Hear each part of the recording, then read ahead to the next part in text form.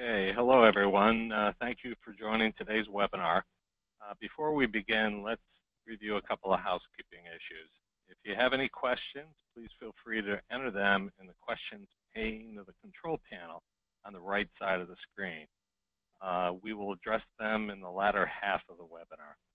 Also, there is a copy of the slides we're using, and you can download those by clicking into that same handouts pane in the control panel. And finally, there will be an audio recording of the discussion, and it'll be made available with instructions later this week to all attendees. Now on to our topic of following best practices of ERISA at public universities. While public universities are not subject to the Department of Labor rules on retirement programs, many have found that adopting these best practices of ERISA can lead to significant benefits, including improved plan pricing and participant education, etc. So our goal today is to hear the experiences of two public universities, the insight they gained in implementing ERISA best practices. I'm Jeff Levy, and I'm the managing partner of Cammack Retirement Group. Our firm specializes in providing consulting and investment advisory services to tax-exempt organizations with a large concentration in the higher education area. I'm responsible for the development and implementation of strategic initiatives and account management for our retirement plan business. I'm an actuary by training with more than 30 years of experience in strategic consulting, plan design, and administrative services for all types of retirement plans, with a heavy emphasis in defined contribution plan services. I'm joined today by Joey Payne, the Chief Benefits Officer at the University of Kentucky. Joey oversees all of the university's benefit plans, including the self-funded medical plan covering approximately 33,000 lives and the university's $4 billion retirement program. He's been working at the university for more than 20 years. Joey has an MBA from Eastern Kentucky University and a Bachelor of Science in Accounting from the University of Kentucky. Also on our panel is Andrew Russell, the Chief Human Resources Officer at the University of Massachusetts in the President's Office. Andrew has also previously served as the Director of Risk Management and Insurance in the University Treasurer's Office. He's been an employee of the university since 2002. Throughout the majority of his career at the university, Andrew has been closely involved in the administration of the university's supplemental retirement programs. He holds a BA degree from Hartwick College and a Master's of Public Administration degree from the University of Hartford. It may be helpful to begin with each of our panelists, providing an overview of where they started, some of the changes they made to the retirement program. We'll then focus on some of the issues and challenges that drove these changes. Joey, let's begin with the University of Kentucky. Thanks, Jeff. We've spent a lot of time working with our retirement plan over the last few years. One of the big changes that we made was reducing the number of carriers from 3 to 2, so we now have Fidelity and TIAA. Part of the process to be able to make these changes is we did establish a retirement committee, and we did hire a consultant to be able to facilitate the decisions that needed to be made around our retirement plan. Additional changes, we were able to reduce the number of loans from 5 to 3, and we had to negotiate with our staff senate to keep the employer funds available for existing employees, but for new employees, only the employee source is available for loans. We went to a 3-tier investment lineup, with Tier 1 being target date index funds. Our committee was very keen on trying to reduce costs in the plan, and the index funds are more efficient. In the Tier 2, there's 15 options, at Fidelity and TIAA. There's an overlap. We have a lot of Vanguard funds that are on both platforms, and then we augment those with funds that are specialized with TIAA, such as the real estate, CREF stock, TIAA traditional, etc. And same thing on the Fidelity side. We use some of their core funds to fill out the lineup. Another administrative change that we made was eliminating the 15-year rule. Our consultants told us that that was a red flag area from an audit standpoint. We took a look at how many employees were actually doing the grandfather or the 15-year rule, and we actually grandfathered 40 employees and let them finish out the 5-year program and didn't stop offering it to new employees. The consultants were able to negotiate with Fidelity and TIAA to move us to a fixed fee pricing program, and by doing that we were able to save $2 million annually for our participants. So our participants are excited twice a year when they see the revenue credits being applied back to their account, and so that's good for everybody. One of the things the committee did as we assembled the committee, which consists of 2 faculty members from our business and economics area and other administrative types from around campus, is looking at our processes. And we had a default process where we were actually splitting employees 50% TIAA, 50% Fidelity. So the consultants worked with the carriers to have them bid on who would be the successful default vendor, and we ended up choosing TIAA, and we're able to save an additional $1 million through that process. The next thing that the committee tackled was the advisor fee. Currently, we have registered investment advisors can have the fee that they charge deducted from the participant's retirement account. There's currently no cap on that, and working with our consultants, we found that best practice was if you were going to have a fee that you needed to put a limit on what could be deducted from the accounts. I think that we were told the fees were ranging anywhere from maybe 1% to 2%, and our committee was very aggressive with that and decided to go at the bottom of that range at 1%.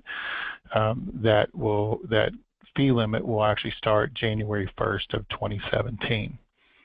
And then finally, the comprehensive communication and education plan. We've been working with our consultants and Fidelity and TIAA to kind of roll out an overall advice and education tool that people can see what their choices are and what the range of offerings are at each carrier, and what they can get for free if they want to do it themselves, what kind of help they can get from Fidelity and TIAA, and then if they want to go into their registered investment advisor world, then what they can expect from a fee deduction standpoint there. So overall, that's a summary of the changes that we made at the University of Kentucky. And Joey, one thing before we turn it over to Andrew to hear from UMass's perspective, you may just want to take 1 second and outline something unusual in the state of Kentucky, and that's the lack of really fiduciary rules on the books. Well, that's true. There is no requirement, to as far as any kind of rules around best practice or from a fiduciary standpoint. As far as the kind of changes that we could make that that enabled us actually to move to map the funds from the previous retirement carrier into Fidelity. So in absence of having specific state law to follow, that is one of the reasons why we choose to follow the ERISA rules as a best practice. Right, and that's pretty unusual just for the audience. That's something you definitely want to consider when you're going through this process, how the state rules might affect anything you decide. Andrew, do you want to give us an overview of the process in Massachusetts? Sure. Thank you, Jeff, and good afternoon, everyone. Before describing the changes that the university is currently in the process of implementing, just wanted to take a little time to provide you with some background and a little bit of a history as to the university's plans so that you better understand how we got to our current state. First off, I want to point out that the plans I'll be discussing today are supplemental retirement plans. The university's employees actually participate in the Commonwealth of Massachusetts mandatory requirement programs, so the state's pension plan or the state's optional retirement program. These two retirement plans are really the primary plans for our employees.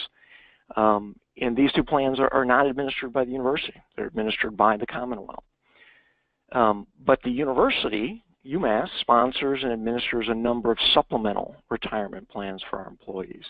We have 403B plans, 401A plans, as well as a limited number of 457F deferred compensation arrangements. Now, in total, when you look across these supplemental plans, we have assets in excess of $800 million. And the majority of those assets are in one of our plans. They're in the university's 403B elective deferral savings plan. So this is by far the largest of our supplemental plans, the elective deferral plan.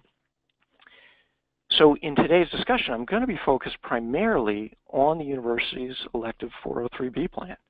But keep in mind that the changes that I'm going to be talking about and referring to are applicable to all of the university's supplemental retirement plans. We are taking an approach where we are applying these changes consistently across these plans. So the latest set of changes the university is in the process of implementing is a part of a much larger effort that started years ago. The university for a long time now has been focused on provider consolidation. If you think back to the early years of elective deferral 403B plan and the university's arrangements, the university literally had more than 100 vendors receiving contributions. Now this is going back 20 years ago or more.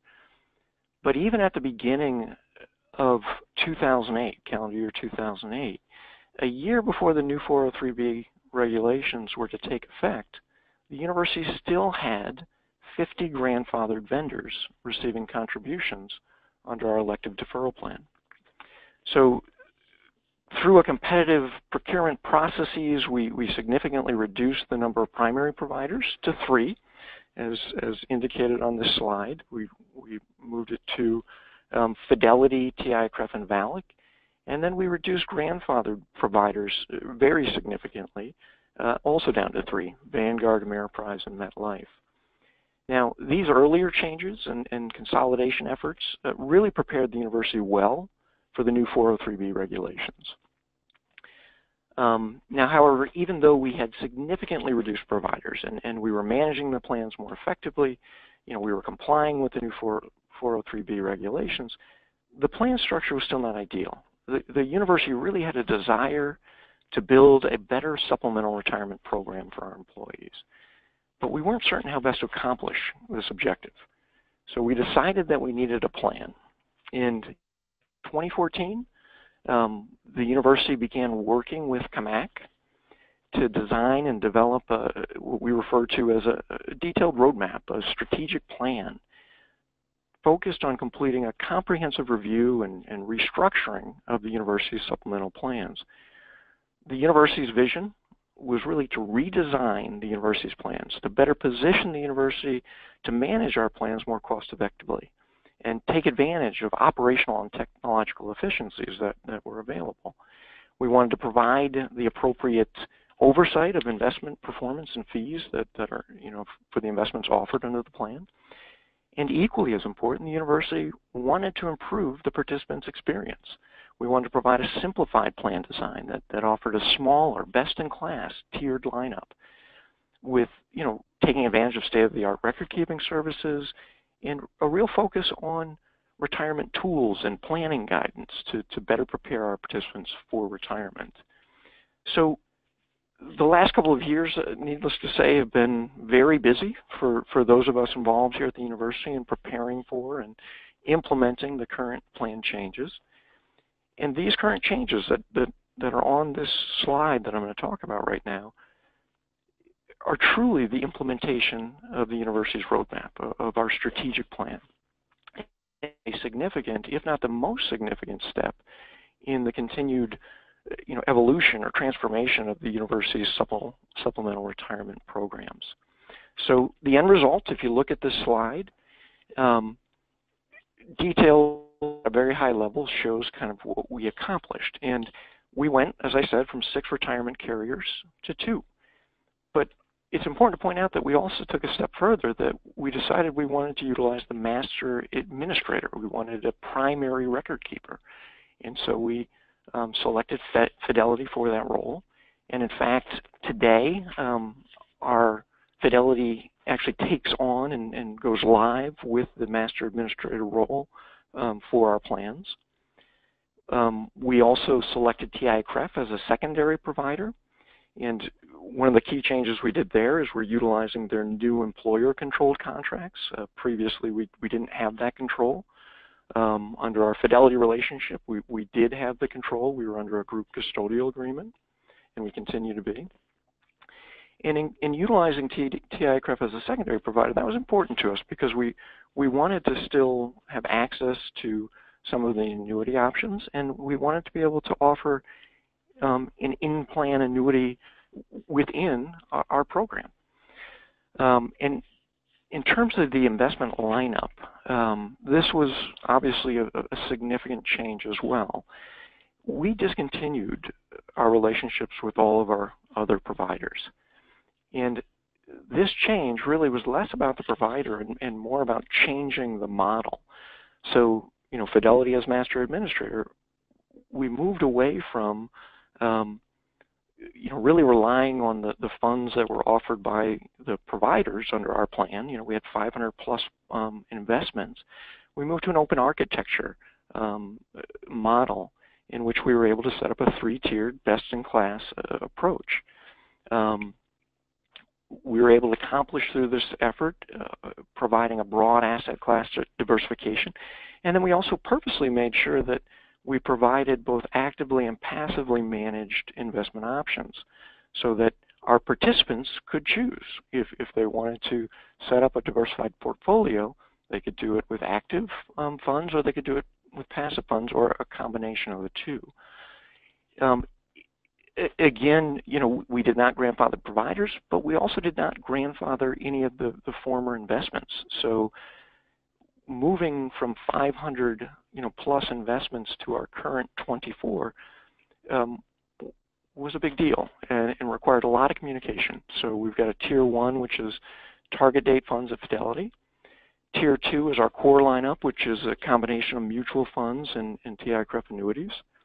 And again, I want to point out that truly, this was a different change, a different environment, because we were using open architecture. That we have 19 funds record kept by Fidelity, but only 5 are Fidelity funds. The others are best-in-class managers.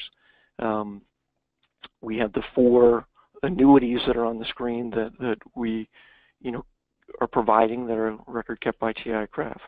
And then lastly, Tier 3, we're offering a brokerage option, a Fidelity brokerage link. And really the primary reason for that, we had a lot of discussion about this, and ultimately we decided with such large and significant changes, no longer grandfathering former providers and investments, we felt it was important for the success of our transition to be able to offer this option. The other thing worth mentioning here is similar to what Joey talked about. We have been negotiating pricing all along as we've done various procurements in the past. But even through this process, we got even better and more competitive pricing. You know, we're estimating that we're going to have annual savings for our participants in year one of approximately $390,000. You know, and as I described in kind of our overview under this new record-keeping model, the university is really able to take advantage of all the efficiencies that are out there, really take advantage of what the administrator, the master record keeper, has to offer, and we can improve our participant experience. As talked about, we're also in the process of a comprehensive employee communication and education plan. And one of the key things we did here when we decided to implement these changes is we just saw this as an opportunity where we could focus on re-engaging all of our employees in retirement planning and encouraging them to revisit and re-enroll in the program. So hopefully that gives a good understanding of the changes the university is in the process of implementing, as well as an understanding of how we got here. Great, thank you, Andrew. You know, we've talked about, I think, a lot of the issues on the next page, but Andrew, is there anything else related to the 2009 regulations that, you know, prompted action on your part? Yeah, I think this is a topic that you know, is very close to us here at the university. The university's supplemental plans were actually audited by the IRS. We received notification from the IRS in calendar year 2012, and the audit did not officially conclude until June of 2014. So this was not a fun process, but we fared well, and the end result was a good one. I'm pleased to be able to report that we had a clean audit. But we learned a lot from the audit process in terms of how we could do things better and more efficiently. Our earlier efforts to consolidate providers under the plan played a key role in our being prepared for such an audit. However, there were some other key administrative and operational decisions that helped us a lot with the audit as well. Similar to what Joey had talked about, you know, in preparation for the new regulations, the university reduced the total number of outstanding loans a participant could have under the plan. We moved from really kind of open-ended to 2, so we had done that back in 2009 or 2008. We too also eliminated the use of the 15-year catch-up provision. Same as Joey, we determined that the complexity of the calculation made it a liability to the plan. There was just, you know, far too much room for error. But it was clear from this audit process that managing a plan with 6 providers was still very challenging and not the most efficient structure for the university or our participants. And so under our new plan model, utilizing, you know, a primary record keeper in the master administrator platform, we're in a much better position to monitor and maintain regulatory compliance, as well as respond to any future audits. The information across our plans will now be much more readily available and easier to access. We no longer have to pull data from and monitor our plan activity across, you know, 6 different providers. So definitely these changes are another step for us to kind of furthering our ongoing regulatory, you know, compliance efforts. Thanks, Andrew. Joey, we've talked about the large number of funds, both in Andrew's situation as well as University of Kentucky. You know, how did that impact your focus on deciding to follow the best practices of ERISA? We've actually received good feedback from our plan participants. You know, having over 300 funds ourselves, if somebody sits down with a Fidelity or TIAA representative and goes through an advice session or even does it online, the tool would typically spit out some kind of a asset allocation that might suggest a certain percentage, let's say 20%, would go into a large cap growth fund. Well, you know, previously the next step would be, okay, which of these 25 large cap growth funds do I choose? And so by having a core lineup and just having one fund in most of the asset classes. It's easy for the participant to know what to do because there's really just one choice. And having a committee and a consultant, we're looking at these funds on a quarterly basis, and we have criteria that's been established with our investment policy statement that we can use to determine if that fund continues to meet the criteria or if we should replace the fund. And we can map the existing funds to a new fund through that process. So our participants can rest assured that we're going to have a best-in-class fund from both performance, top quartile, and also with expenses. So that piece of it, we've received good feedback. Great, thanks. And I want to turn it back to Andrew in a second, but you mentioned, Joey, some of the issues, et cetera, on compliance and communication. Did you have issues from a multi-vendor standpoint before these changes?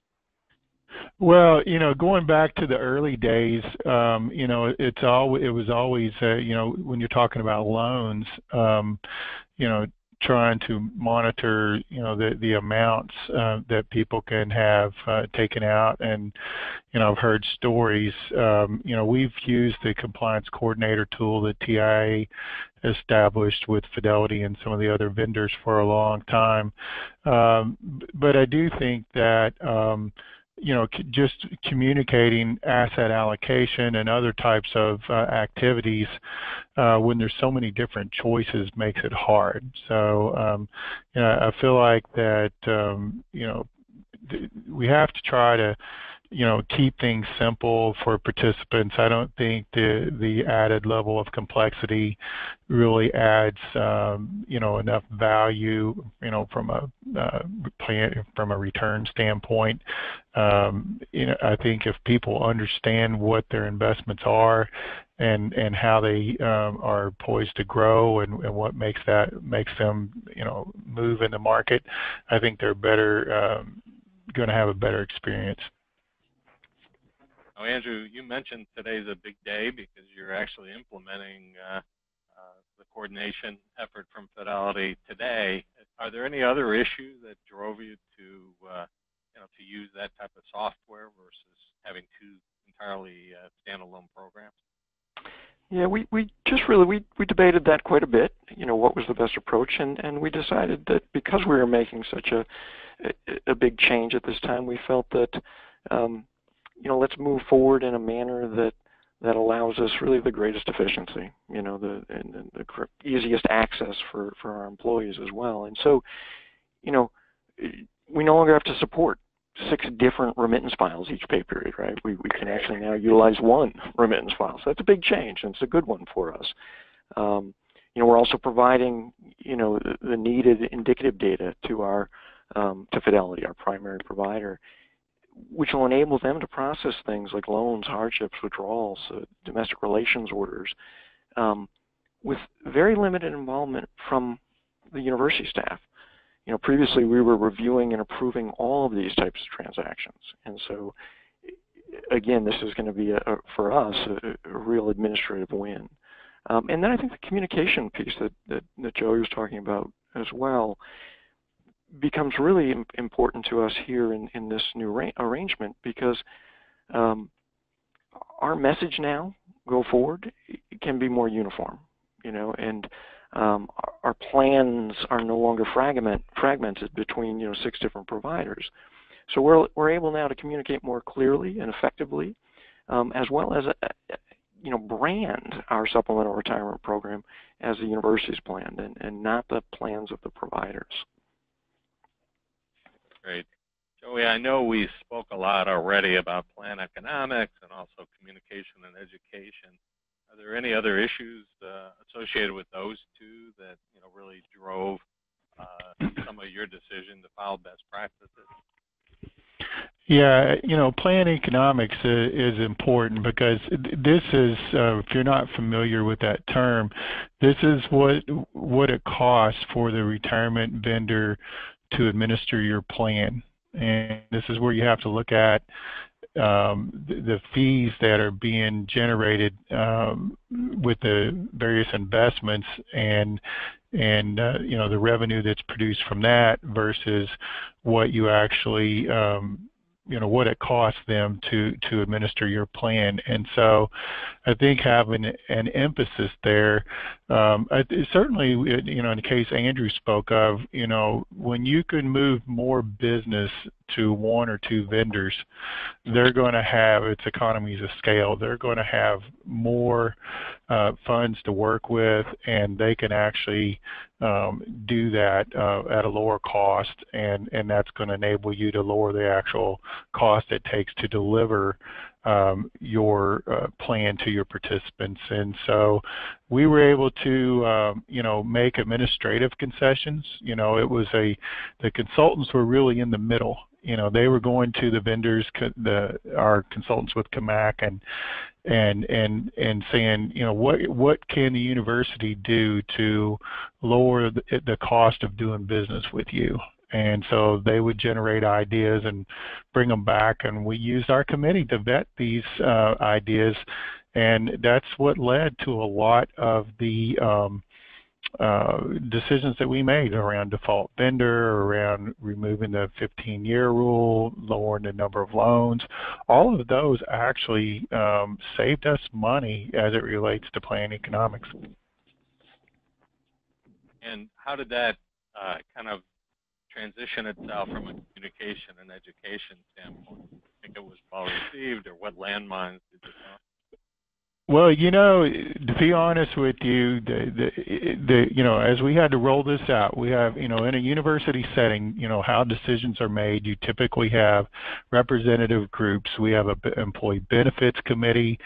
We have a staff senate. We have a faculty senate. And we had to, to go to all of those groups and present the changes.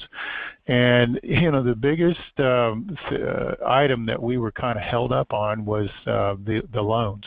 That was a really big deal for the existing employees because they had become used to having access to the employer source. And so kind of working through and compromise, they agreed for new employees that they couldn't have the employer source, just borrow from their own funds that are being put in. And, that's the way decisions are made in universities. You grandfather, you make changes. We made a change a few years ago in 2006 on our retiree medical, and I think it was a year or two ago that we looked at how many employees were hired after that date, and we had more employees hired after that date than before. So that's our thinking here is with the changes that we made, that as time goes by, more and more people will come under the new rules, and that'll kind of sunset some of the older participants as it relates to loans and things like that.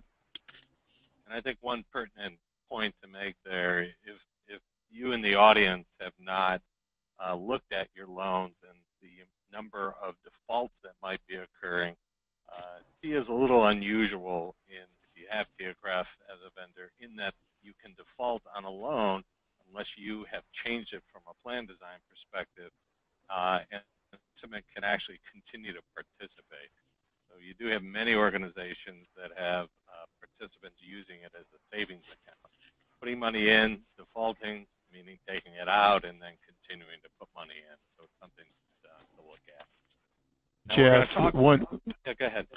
I was going to say one other thing to add there. One of the things that really stood out from the faculty members on our committee as it relates to loans is, a lot of employees that are taking, really, burning through loans, they're taking them for small amounts of money, for minimums $1,000, $2,000. And when you look at the fees that the carriers charge, an application fee, a quarterly fee, et cetera, those fees, percentage-wise, are really excessive, when you're borrowing small amounts of money. And that was something that really stood out with our committee. Good point, Joey.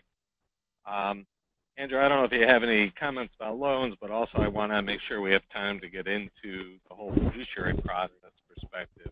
I'll see if you have any thoughts related to what you've done either for loans or for those processes. Yeah, let me focus on the plan fiduciary component of it. This is obviously a very big and important topic, and one that the university struggled with initially. As a part of the roadmap or the strategic plan that I talked about earlier, we worked with outside counsel to complete a comprehensive fiduciary review of our plans. And in general, the university's supplemental plans are governed by Massachusetts state law. And it's clear that the university and those of us involved in the administration of these plans are fiduciaries. However, one of the things we found is that Massachusetts law is not very specific when it comes to the university's sponsored programs, our supplemental retirement plans. And the state laws at Massachusetts do not necessarily provide the level of and practical guidance that's needed to provide effective oversight. So prior to our decision to voluntarily follow ERISA as a guide and really follow ERISA as a best practice, we found there was no single or comprehensive source from which we could rely on in determining our fiduciary requirements. And so we found ourselves having to oftentimes cobble together these requirements from a number of places, Common Law of Trust, Mass Uniform Trust Code, Mass Prudent Investor Act, laws that were written specifically for other retirement plans, such as the state pension plan. So, these Massachusetts laws provide a baseline for fiduciary action and general policy statements, but again, not necessarily our specific obligations under the UMass plans. So following counsel's advice and working with Cammack, we decided that ERISA was the most relevant and practical, fiduciary guidance for our plans. And so we decided from a fiduciary standpoint, we would follow that. And we went through a whole process. We, worked very closely with Cammack and utilized their expertise. And the university put forward a formal governance structure in place for our supplemental retirement plans. We developed that investment policy statement. We put together an investment committee that ties into the university's larger governance structure. We put a process in place for ongoing, regular review of investment performance and fees under the plan.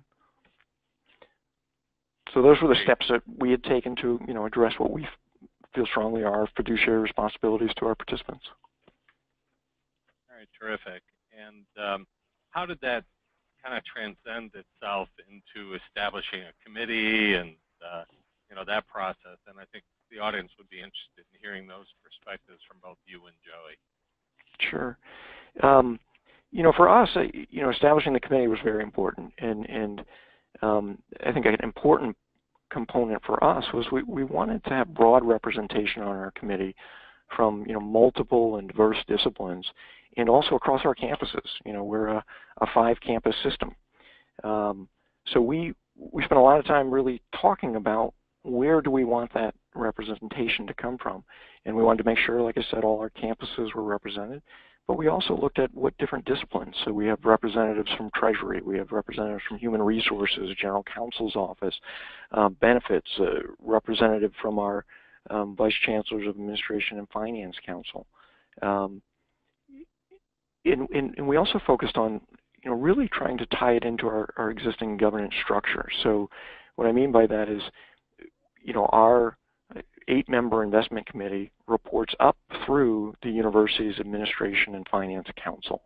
So that was an avenue that was already there that we could just, tie this into. So that worked well for us.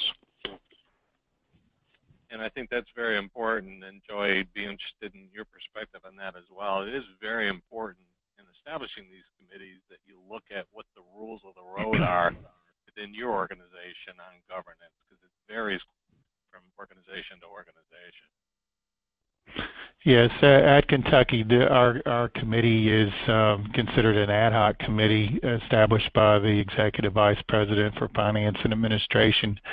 You know, it was really funny. I was pushing to establish a committee, hire a consultant so that we could take advantage of the open architecture that was available with Fidelity and TIAA, where we could actually choose which funds to put on our investment platform. And, you can't really do that, without having a committee, because if the individual that makes that choice, is a fiduciary, and that, you need to give the executive in charge, cover, and so by having a committee to vet those decisions through and using a consultant who can bring that outside expertise in, that was really important, and we were able to make a lot of changes. And our committee, not only did we look at investments, but we looked at administrative processes, and I talked earlier about how we were defaulting individuals into each plan. And one of the things that we learned in going through the conversations with the carriers is having a large number of low balance accounts is not a good thing. And so by having everybody default into one plan, whether it be Fidelity or TIAA, there was value there. And I think from a participant standpoint, there's value there too. When they can see all their funds, in one plan, then they can make asset allocation decisions that make sense. I think when you're in multiple plan carriers, you probably have a lot of overlap, and you may not really have a strategic asset allocation. Great. Andrew, how about from your perspective and, establishing the committee, and was it a investment only versus investment and administration, which is, I think, a common question people have? Yeah, no, we ended up going the same, route as what Joey described, that we really felt it important that the committee's role be broader than just, the selection and monitoring of the investments.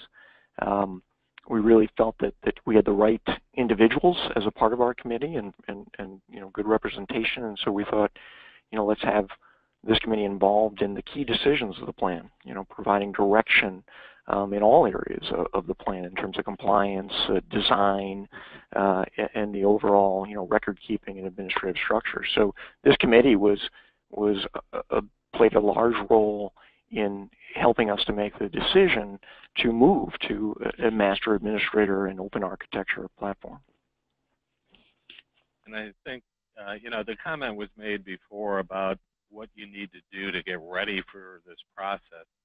It's something we call the initial needs assessment. So we think it's absolutely critical to do both what Andrew and Joey did at the inception of their processes, to kind of review everything about the plan, whether it's an agreement, investment, plan documents, policies, etc. It kind of helps you develop that roadmap to figure out what the most important issues are, and also put together a plan to accomplish it. And we'll talk a little bit more about education and communication in a moment, but part of it is also fiduciary training, et cetera. So Joey or Andrew, do either one of you have comments on kind of how that goes and people taking on fiduciary process or resistance to such? I'm sure we both have perspectives on that. So Joey, do you want to go first? Sure. I would say that we do the training annually. Cammack, that's one of the things one of the agenda items in our quarterly meetings that we have. And, I think that when we did the training initially, what I really got out of it as a plan administrator is having the other people on the committee see everything that we have to deal with within the plan. The faculty members are just really thinking about investments, and they're not really thinking about plan administration and the need to educate our participants around, making good choices and things like that. So I think it was a little bit eye-opening for a lot of the committee members, what the overall responsibilities of the fiduciary of the plan. Andrew? Yeah, I mean, I think that, just to add to what Joey's talking about is really, I think, for us, having the fiduciary training, and we did this very early on in the process of establishing our investment committee, having all members participate in that fiduciary training, and really helped us all to start off with the same understanding, of what our responsibilities are and will be going forward.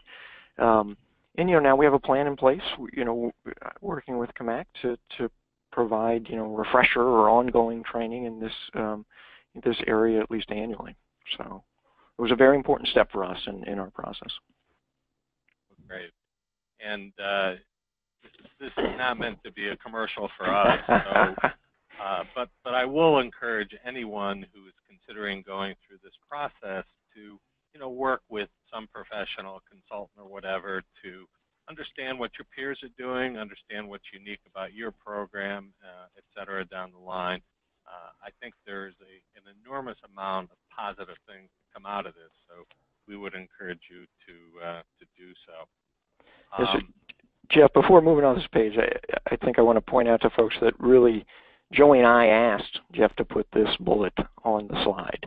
And I think it's important. I really want to provide, an unsolicited plug to everyone to utilizing a professional, knowledgeable, well-informed consultant like Cammack, because it provides you with the expert assistance where you need it throughout this process.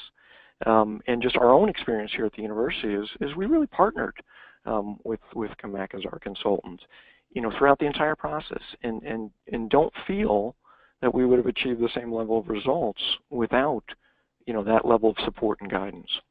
So again, yes. Unsolicited plug.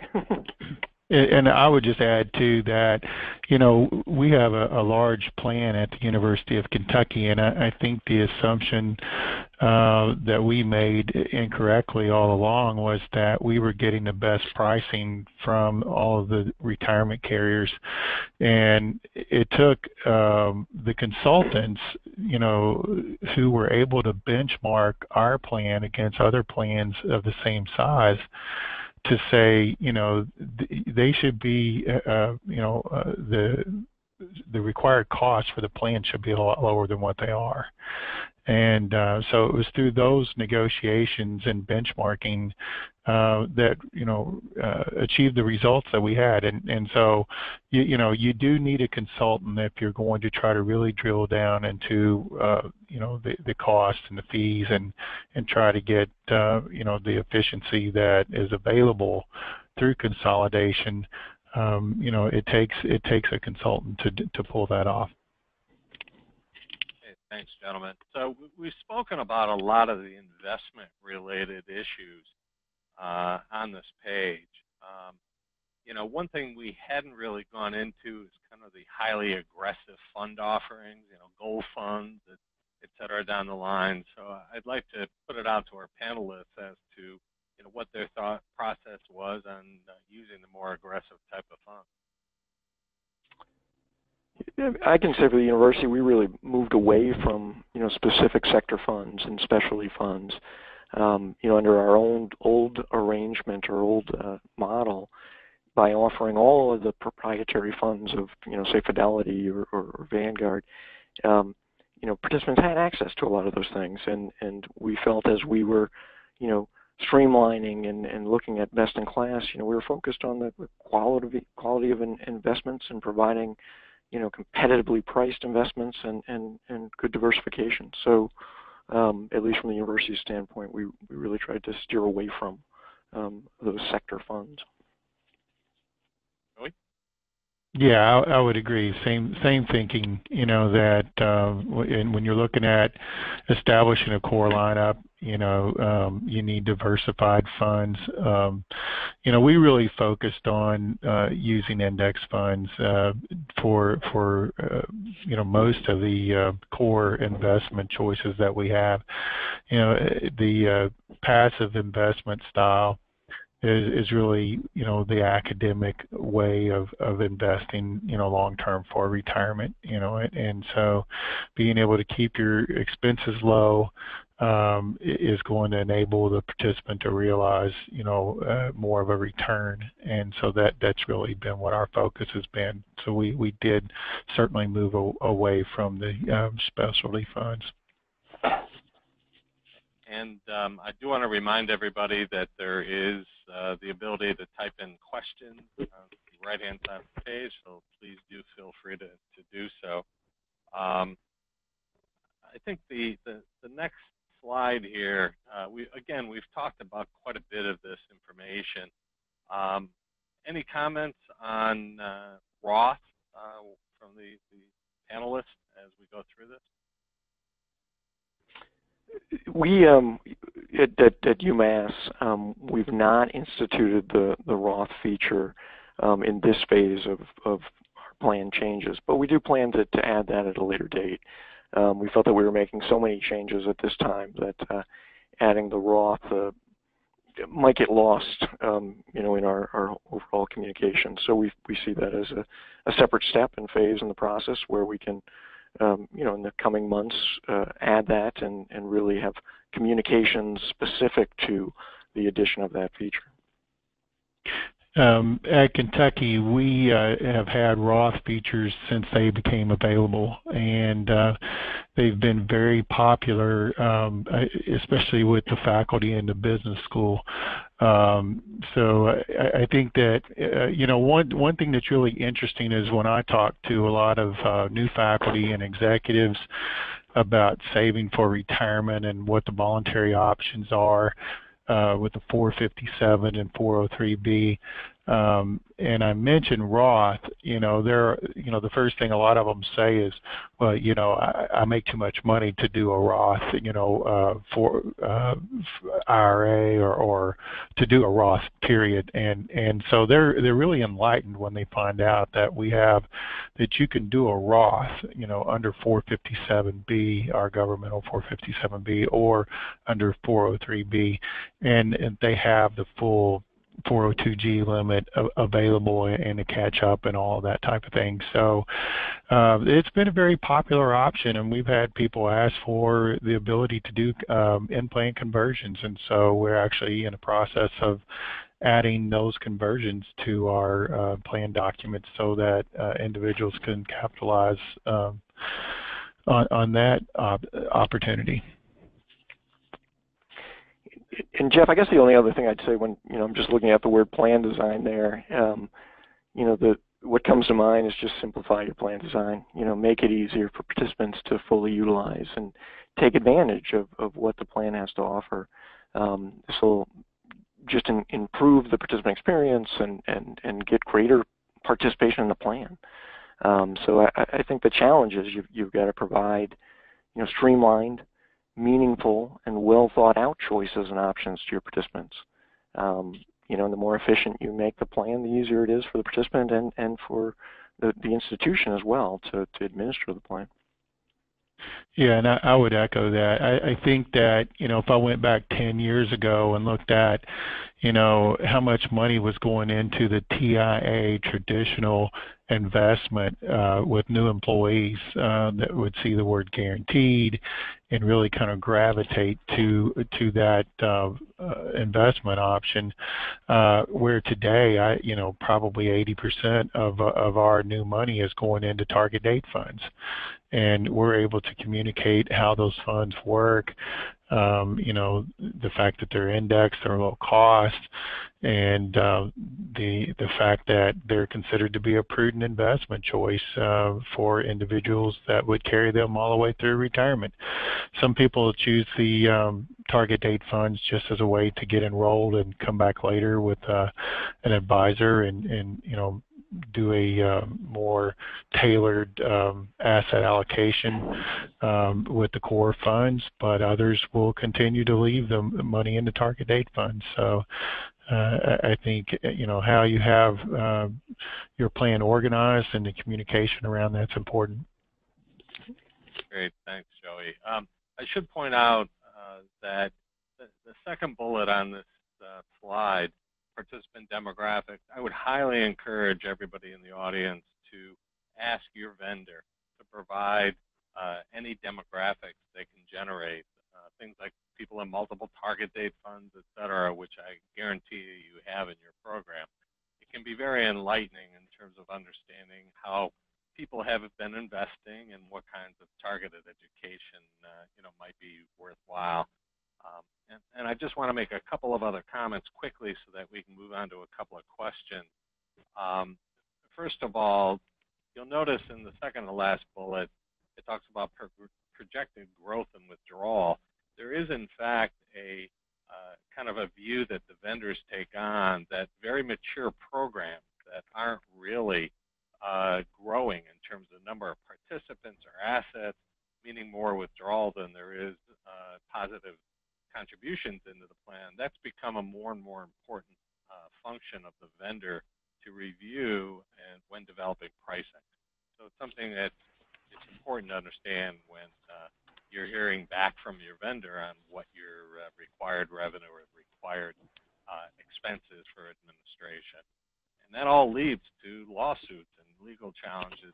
In the last year, there's definitely been increased activity, whether you're public or private, by certain law firms across the country looking at whether you have the cheapest share class, et cetera. So Joey and Andrew, any final comments from your perspective on this page before we get to a couple of questions? Yeah, the only comment I would make, talking about participant demographics is, that information can be very helpful to people too in terms of as a part of your process for reviewing and selecting investments. We looked at participant behavior. We took into consideration those funds that were being highly utilized by our participants and included them in our review if they passed all of our other investment criteria. And so if they did, then we included some of those funds in our pool of funds from which we ultimately made our final investment selection. And I think those participant demographics and behavior will continue to play an important role in our communication and campaigns and our retirement readiness efforts as we go forward. Great. Joey, any final thoughts? No, let's go ahead and move to the questions. Okay. The first one is not surprising, and it really is asking what specific challenges and recommendations to address such that both of you encountered from a faculty perspective. So what things came up, anything you can think of that helped the process along with concerns about faculty acceptance and understanding of the process. Joey, yeah, I can speak. Sure, yeah, this is Joey. I can speak to that. Actually, it's one of those things where when you set up a committee around campus, it's really important who you put on that committee. And we went to the dean of the business school and we said, we're establishing a committee to oversee the retirement plan, the investments and operations, et cetera. And he recommended 2 faculty members to us, and they both accepted the appointment. And so by having those 2 on our committee, when we went to the faculty senate and talked about the changes, I had one of those faculty members in tow with me. And so any questions that came up, he was able to, answer any questions that I couldn't, or if somebody wanted to hear from him or what have you. But to be honest with you, there wasn't a lot of pushback. I think that what faculty want to know is, were there faculty members involved in the process? Were there people that are in the know who should be looking out for our best interest? Were they participating? And are they in agreement with the changes that were made? And the answer was yes, all the way process. And so I give those 2 faculty members a lot of credit for our being able to make the changes that we were able to do. Andrew, any perspectives there? Yeah, no, I think a key for us was really communication with both our faculty and our staff, really getting all kinds of different using different medium to get the word out there to folks, whether it be, we did letters and transition guides, but we also provided a lot of different informational sessions throughout the system on the campuses, as well as, one-on-one meetings so that people could sit down and really talk to a financial advisor through Fidelity and TIA to understand the changes that we were putting in place. And I think the other piece that for us was, recognizing that we have different types of investors within our employees and our participants, so that, we narrowed down and provided this best-in-class investment lineup, but we recognized the fact that we had certain investors out there, participants, faculty included, that really wanted access to a larger array, and so that really was a part of why we included that brokerage window for those types of investors. I know that our time is up, but one last question I think that's important. That there's like 3 or 4 variations, and that's really, what should the education program look like? Should it be seminars, website information, paper mailings to home addresses? Is it kind of a roaming show to each of the main locations? Should you have separate discussions for faculty versus the other constituencies? So just final comments from Andrew and Joey's perspective on that might be helpful to hear. I would say all of the above. I mean, really try to use as many different mechanisms as you can. Take advantage of, whatever communication structures you already have in place, because getting the word out there and being responsive to your employees and your participants is a a key piece to the success of rolling out these types of changes. The other thing I'd say really, especially, I mean, it's important all the way through, but especially in the very early stages of the transition, you really need to brand these things as your plan, so that people really, your employees, your participants, recognize that, hey, this is about the university's plan. Joey, any comments on that? Yeah, this is Joey. I'm in total agreement. The only thing I would add is that as HR people in your institution, you know what works on your campus, and I think that you have to have multiple options in how you communicate to people. Everybody doesn't read email, everybody doesn't open the mail at home, and so I think that it's a tireless effort that you have to make to continue to reach out to people and meet them, where they want to be engaged. And I should point out that we are going to be having a future webinar that does get into what processes, et cetera, have worked well for rolling out major changes in from a communication and education standpoint to retirement programs. So with that, I do want to thank Joey and Andrew for their insights, and thank everyone for joining today's webinar. And we'll send out more information, as mentioned, on where to get the audio recording if you're interested, and you should be able to download the slides from the site today. So thanks again, everybody. We're now finished.